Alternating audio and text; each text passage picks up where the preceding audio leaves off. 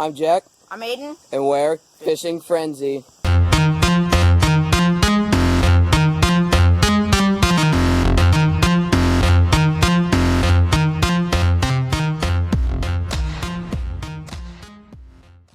This video is just going to be how to cast a baitcaster.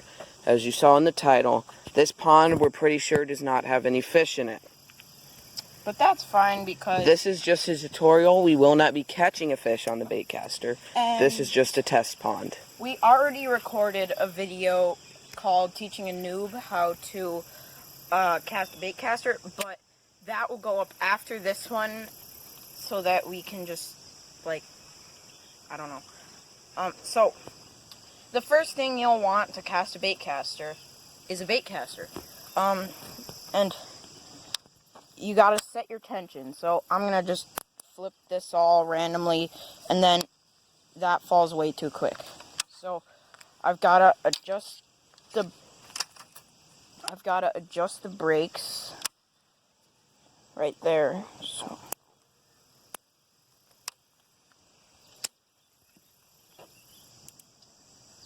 So it should be falling at a speed about here.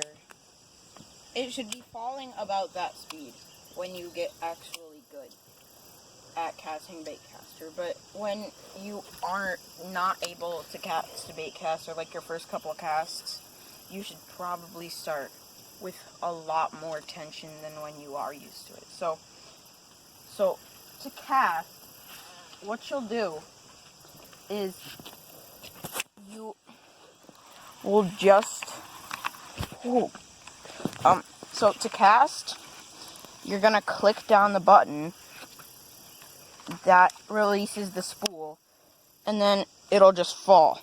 So what you've got to do is when you're casting, you've got to thumb down on it and stop it before it hits the water. So we'll do an example right here. So during a cast, you swing back, you very lightly touch it, and then you're all good. And for lighter lures, you want to take your thumb off of it completely, making it so that I don't even know, it just gives it more castability. So that will look like this.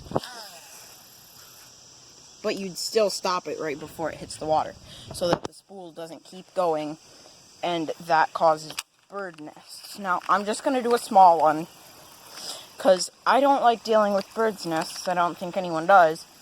But this is what happens if you don't cast with thumbing. So, Jack, do you have anything to say? Not really. I mean, that goes over. Maybe you can show them how to flick? Yes. Flick. Oh, crap. Well, I'm gonna need to grab a different rod. That's why you don't get bird's nest. I can't even get that one out. I'll be back.